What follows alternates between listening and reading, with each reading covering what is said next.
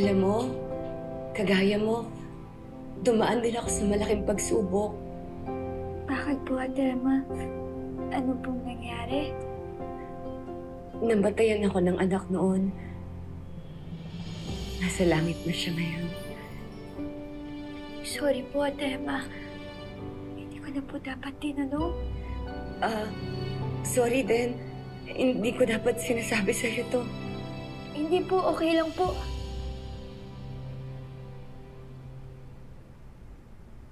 Akala ko nga, hindi na ako makakabangon. Pero nandito ako ngayon. Kasama ka. Kausap ka. At masaya din po ako. Nakausap kayo, Ate Emma. Alam ko po ngayon na pinabantayan po kayo ng baby niyo. Sana, Ate Emma, alam niyo po, mapanaginipan ko po siya, no? Nasabi ko sa kanya kung gaano po kayong kapatid na nanay.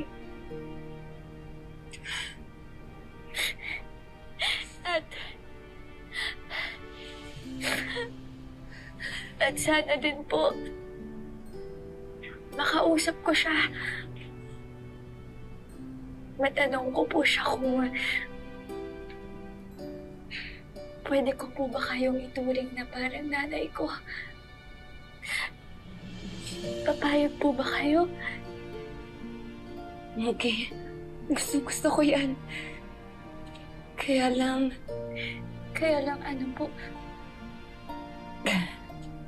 Magkaiba kasi yung mundo natin eh. Nabandera niyo lang ako. Anak ka ng amo ko. Hindi nga tayo dapat nag-uusap ng ganito.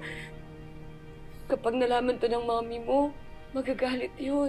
Pero Ate Emma, masaya po akong kausap ko kayo eh. Alam niyo po, kayo lang po yung nagpapagaan ng loob ko. Masaya po ako pag nakakausap ko po kayo. Kaya please, Ate Emma. Ate Emma, please po. Huwag naman po kayo magsasama. Kausapin ako. Please, Ate Emma.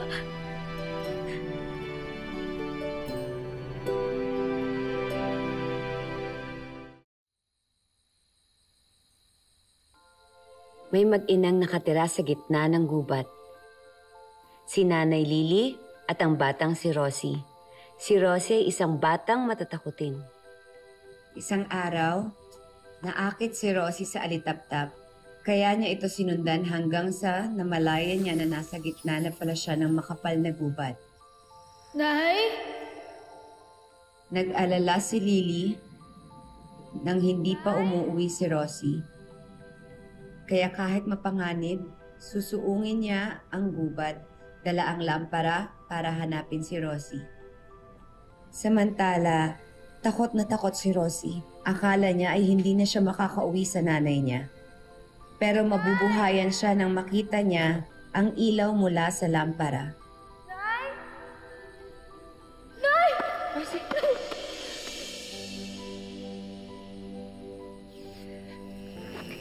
Nay, akala ko po hindi na po kayo makakadating. Akala ko po hindi ko na po kayo makikita. Walang hindi gagawin ng isang ina para sa kanyang anak. Ayoko mawala ka sa akin. Kaya hindi na kita iiwan. At simula noon, nawala na ang pagiging matatakotin ni Rosie dahil alam niya na nandyan lang ang nanay niya para alagaan at protektahan siya. Because you disobeyed me, dun ka sa dark room. Muki, okay ka lang ba? Hindi mo ba nagustuhan yung kwento ko sa'yo? Nagustuhan ko po, Ate Emma. Bakit parang natahimik ka?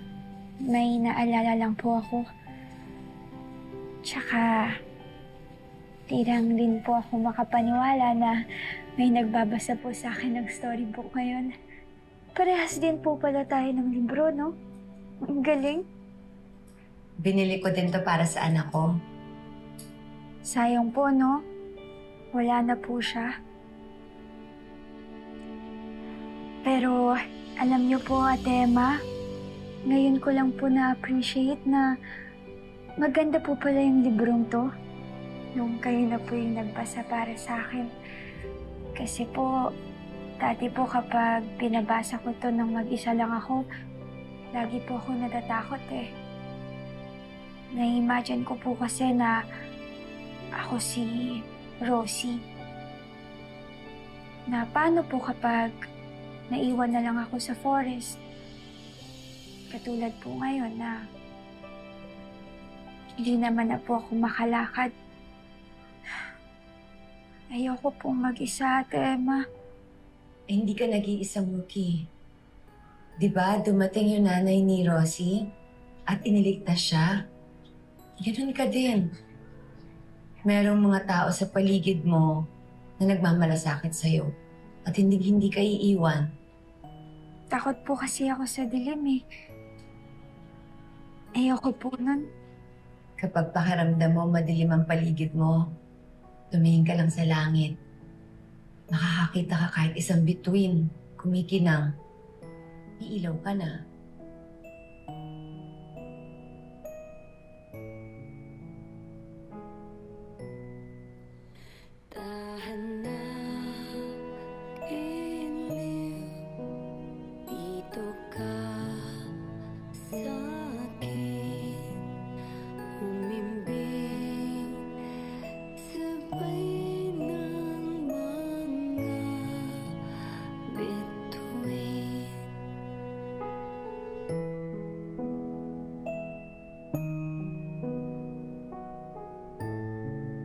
Salamat po, Ate Emma. Lagi ko po itong ikikip. Lagi ko po itong titignan. Sarap po sa pakiramdam. It's like having a mom na may nakahag po sa akin. Basta, huwag ka mawawalan ng pag-asa. Kumapit ka lang.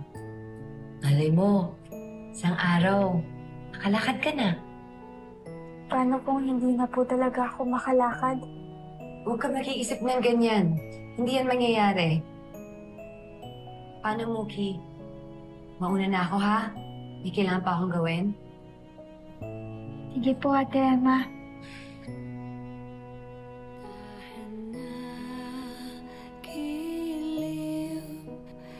Dito ka